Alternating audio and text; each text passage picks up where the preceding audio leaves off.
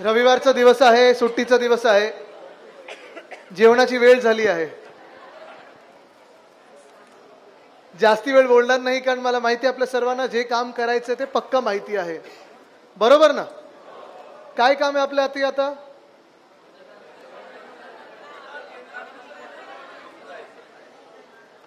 Exactly. आता योगेशजी जे सांगत होते तेच काम आहे. जी मेहनत आपल्याला दादा सेल्फी जरा सगळ्यांनी नंतर घ्या ना. उत्तर पश्चिम मध्ये फोननी जसं हॅक झालं तसं इथे हॅक होणार नाही. आपल्याला मतदाराकडे जायला लागणार आहे. योगेशजी आता जे सांगत होते ती आपण सर्वांनी मेहनत घेतलेली आहे. साधारणपणे मागच्या नोव्हेंबर पासून आमचे चेहरे बघून आपण कंटाळला होतात. आम्ही बैठका घ्यायचो, मातोश्रीला बोलवायचो, सेनाभवनला बोलवायचो आणि एकच सांगायचो की नोंदणी करा. बरोबर आहे. आणि मग नोंदणी आपण किती कोणी केलेली आहे? शिवसेनेनी, युवा सेनेनी, युवती सेनेनी, महिला आघाडीनी, भारतीय कामगार सेनेनी, स्थानिक लोकाधिकार समितीनी, ग्राहक संरक्षण सेलनी, हे सगळ्यांनी किती नोंदणी केलेली आहे ह्याच्यावर आपण भर द्यायचो. आपण साधारणपणे आकडे मोजायचो की ह्यांनी 5 केले, त्यांनी 10 केले, त्यांनी 50 केले, त्यांनी 100 केलेत. आणि नंतर नंतर असं बघायला मिळालं आपल्याला की काही आपल्या विभागांमध्ये कॉम्पिटिशन झाली. विभाग नंबर 1 वर्सेस विभाग नंबर 11, 11 मधून मग 6, कोण सर्वात जास्ती करणार. पोतनी साहेब, तिथे आपण जसं गेल्या 6 वर्षात काम चांगलं केलेलं आहे तसं ह्या विभागांनी देखील नोंदणीत पण तेवढंच काम चांगलं केलेलं आहे. पण एक साधारणपणे मला दिसत होतं सगळीकडे जिथे जिथे आपण जायचो, ज्यांच्या ज्यांच्या घरी जायचो, जे मतदार असतात, पदवीधर मतदार असतात, खूप वेळा असंही होतं की अरे आमच्याकडे तुम्ही किती वेळा येणार? तुम्ही एकदा फॉर्म भरून गेलात, मग फोटो काढायला आलात, मग सही घ्यायला आलात. पण जेव्हा आपले शिवसेना उद्धव बाळासाहेब ठाकरे ह्या पक्षाचे लोक फॉर्म भरायला जायचे, तुम्ही कितीही वेळा जा, लोकांना त्रास होत नव्हता. कारण लोकही सांगत होते आम्हाला एकाच व्यक्तीला मत द्यायचं, ते म्हणजे उद्धव बाळासाहेब ठाकरे. अर्थात जर आपण पाहिलं गेल्या 6 वर्षात असेल, गेल्या आधीचा पूर्ण काळात असेल, मग नवलकर साहेबांपासून पोतनी साहेबांपर्यंत काम खूप चांगलं झालेलं आहे. तसं पाहायला गेलं तर ह्या मतदारसंघामध्ये नक्की काम काय करायचं हा एक प्रश्नच असतो. जे आतापर्यंत लोकप्रतिनिधी झालेले आहेत, मग ते नगरसेवक असतील, आमदार असतील, खासदार असतील, आपलं काम सोपं असतं थोडं. कारण आपल्याला माहिती आहे हा आपला मतदारसंघ आहे आणि ह्या मतदारसंघामध्ये आपल्याला रस्ता बांधायचा आहे, पाणी द्यायचं आहे, बाथरूम बनवायचं आहे, हे सगळं असतं. पण एखादी विधान परिषदेची जेव्हा निवडणूक लागते, बाकीच्या ज्या विधान परिषदेच्या निवडणुका असतात ते आमदार निवडून देतात. पण जेव्हा शिक्षक मतदारसंघाचं, जसं अभ्यंकर सर इथे आलेले आहेत, शिक्षक मतदारसंघ असेल किंवा पदवीधर मतदारसंघ असेल, हे दोन्ही मतदारसंघ असे पसरलेत मुंबईभरात की नक्की कोणासाठी करायचं तरी काय, हा एक प्रश्न आपल्यासमोर उपस्थित असतो.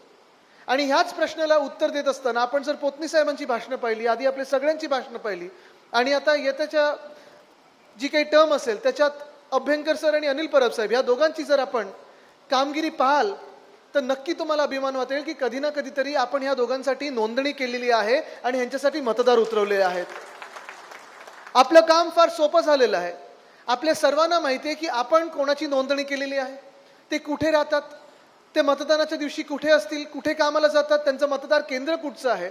आणि मतदान केंद्र आपल्याला जाणून घेतल्यानंतर आपल्याला एवढंच काम करायचं आहे, आजपासून बैठका बंद करून घरोघरी जाण्याचा प्रयत्न करायचा आहे. आपण स्वतः जे काही 50, 100, 150, 200 लोकांची नोंदणी केली असेल, भले 5 लोकांची नोंदणी केली असेल, आपलं काम एवढंच राहील की मतदानाच्या दिवशी त्या लोकांना 100% जे जे आपण नोंदवलेले आहेत त्या लोकांना आपल्या मतदान केंद्रावर न्यायचं आहे, त्यांना आपली स्लिप द्यायची आहे आणि बरोबर बॉक्समध्ये जे जे यांचे आकडे आहेत, अनिल परब साहेब मला वाटतं 1 नंबरवरच आहेत, अभ्यंकर सर आपण पण 1 नंबरवरच आहे. बघा काम सोपं झालंय.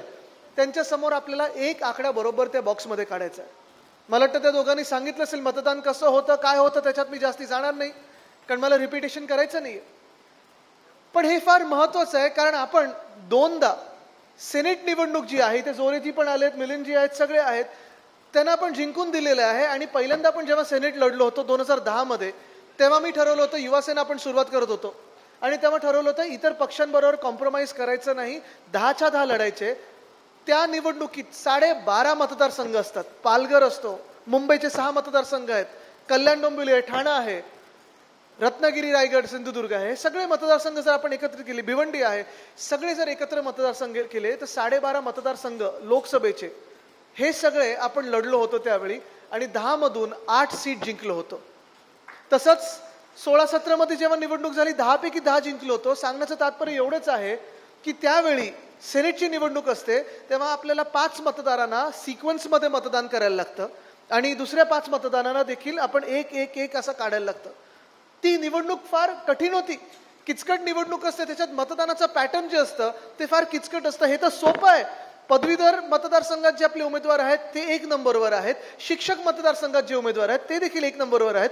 आपल्याला जाऊन फक्त त्या बॉक्समध्ये एक आकडा हा बरोबर रोमनमध्ये असेल किंवा आपल्या देवनागरीमध्ये असेल तसाचा तसा काढायचा आहे, स्लिपवर जसं दाखवलं तसा काढायचा आहे आणि आपला विजय पक्का आहे.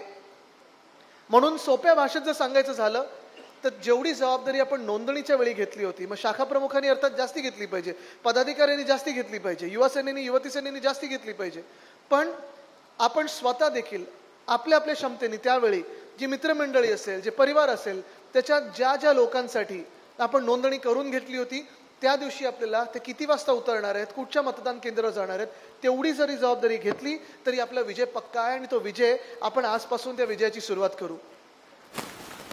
एक आपण पाहतोय देशभरात असेल, महाराष्ट्रभरात असेल, वातावरण खूप चांगलं होत चाललेलं आहे, बदलाचं वातावरण आहे आणि ह्या विजयाची जी सुरुवात आपली आत्तापासून होणार आहे. ऑक्टोबर-नोव्हेंबरमध्ये जेव्हा आपल्या विधानसभेच्या निवडणुका येतील तिथे देखील आपल्याला भरघोस विजय मिळणार आहे ह्याची खात्री मला आत्तापासून पटत आहे.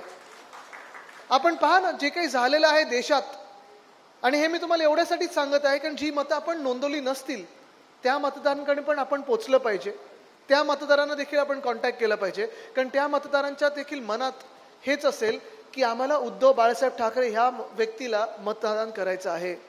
देशात बघा ना 303, भाजपा 303 वर होती, हुकुमशहा 303 वर होते. देशात आपल्याला वाटलं होतं की ही ठोकशाही आपल्या देशातून जाते की नाही जाते, ह्यांच्या विरुद्ध लढणार कसं.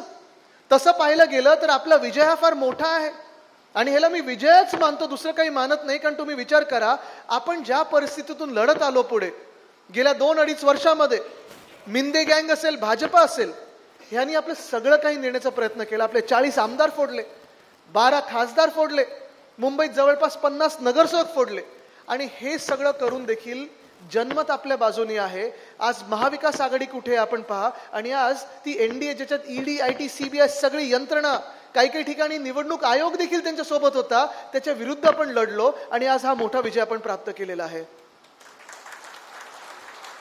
आज आपले जे आकडे आहेत, महाराष्ट्रात जर शिवसेना उद्धव बाळासाहेब ठाकरे ह्या पक्षाचे जर आकडे पाहिले, अर्थात उद्धव साहेब काँग्रेससाठी आणि महाविकास आघाडीसाठी, राष्ट्रवादीसाठी सगळीकडे प्रचार करतच होते.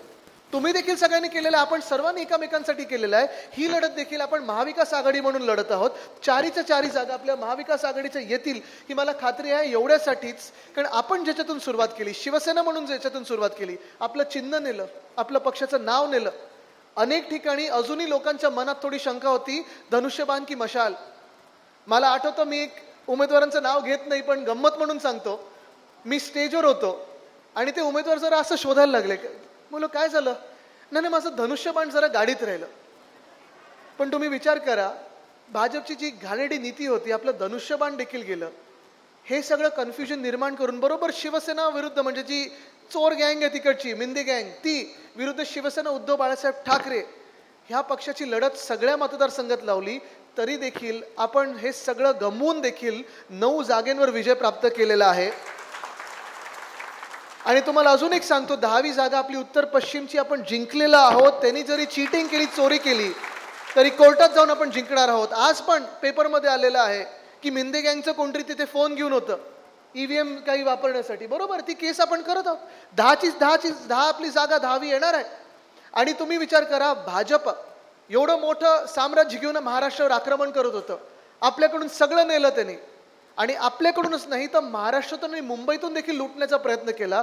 तिथे जगातला सर्वात मोठा पक्ष मानणारा, मस्तीत फिरणारा, माज आपल्याला दाखवणारा, ED, IT, CBI, पोलीस यंत्रणा, निवडणूक आयोग ही यंत्रणा वापरणारा पक्ष, तो देखील आज 9 वर आहे. आणि आपण कुठूनही काही नसताना सुरुवात केली, आपण पण 9 वर आहोत. विचार करा पुढे आपण कुठे जाणार आहोत.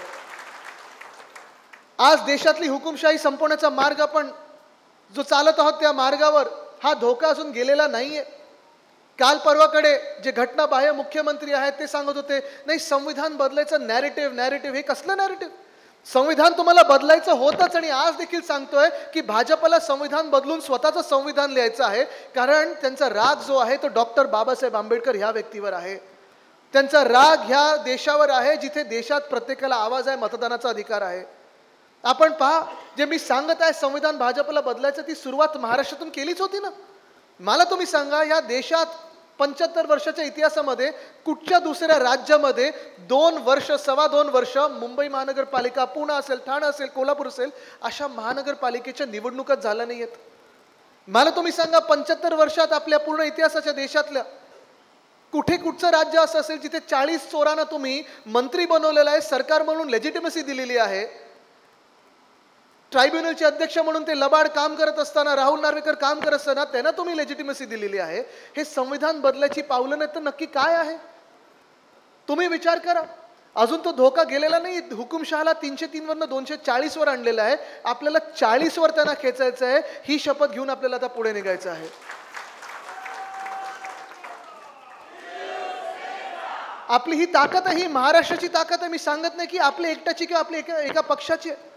पण ज्या पक्षाने महाराष्ट्रातलं राजकारण गढूळ केलं, ज्या पक्षाने शिवसेना फोडली, ज्या पक्षाने राष्ट्रवादी काँग्रेस फोडली, ज्या पक्षाने परिवार एक फोडलं, ज्या पक्षाने इथून वेदांता फॉक्सकॉन असेल, एअरबस टाटा असेल, बल ड्रग पार्क असेल, मेडिकल डिव्हाइस पार्क असेल, हे सगळं नेलं, ज्या पक्षाला आपल्या कोळीवाड्यातले वास देखील आवडत नाही, ज्या पक्षाला महाराष्ट्राची ॲलर्जी आहे, त्या पक्षाला आपण त्यांची जागा दाखवलेली आहे की तुम्ही कितीही कोणी असाल, तुमची मस्ती या महाराष्ट्रात चालणार नाही, तुमची हुकुमशाही या महाराष्ट्रात चालणार नाही.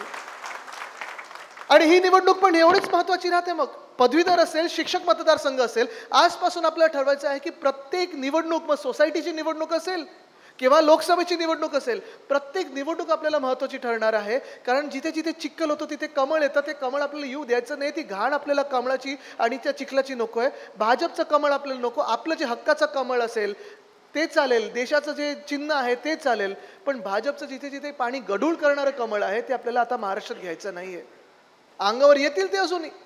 परब साहेबांच्या अंगावर गेलेच होते. मला वाटतं सगळे यंत्रणा तुमच्यावर लावले होते. सगळं काही केलं. आपल्या सर्वांच्या अंगावर आलं. आपल्या शाखा प्रमुखाला सटवलेलं आहे.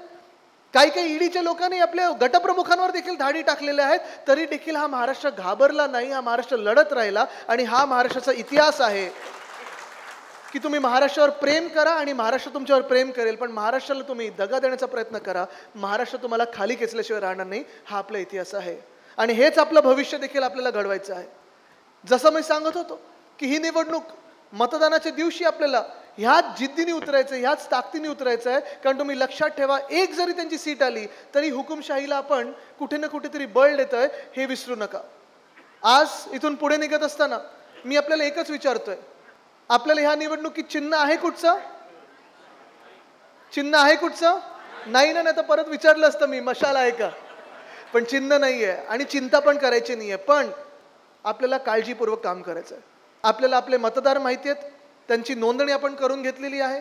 निवडणूक पाहायला गेलं तर तशी सोपी आहे. आपली नोंदणी ही खूप चांगली झालेली आहे आणि आपल्याला बरोबर पुन्हा एकदा तुम्हाला सांगतो, त्या बॉक्समध्ये एकच लिहायचं आहे. तो एक लिहिल्यानंतर आपला विजय हा 1 नंबरचा होणार आहे, हे ठरवून आज इथून निघायचं आहे. सगळ्यांची तयारी आहे लढायची? सगळ्यांची तयारी आहे मतदार उतरवायची? सगळ्यांची तयारी आहे जिंकायची? चला मग कामाला लागूया आणि विजयाच्या दिवशी मोठा विजय साजरा करूया. धन्यवाद. जय हिंद, जय महाराष्ट्र, वंदे मातरम. एबीपी माझा, उघडा डोळे बघा नीट.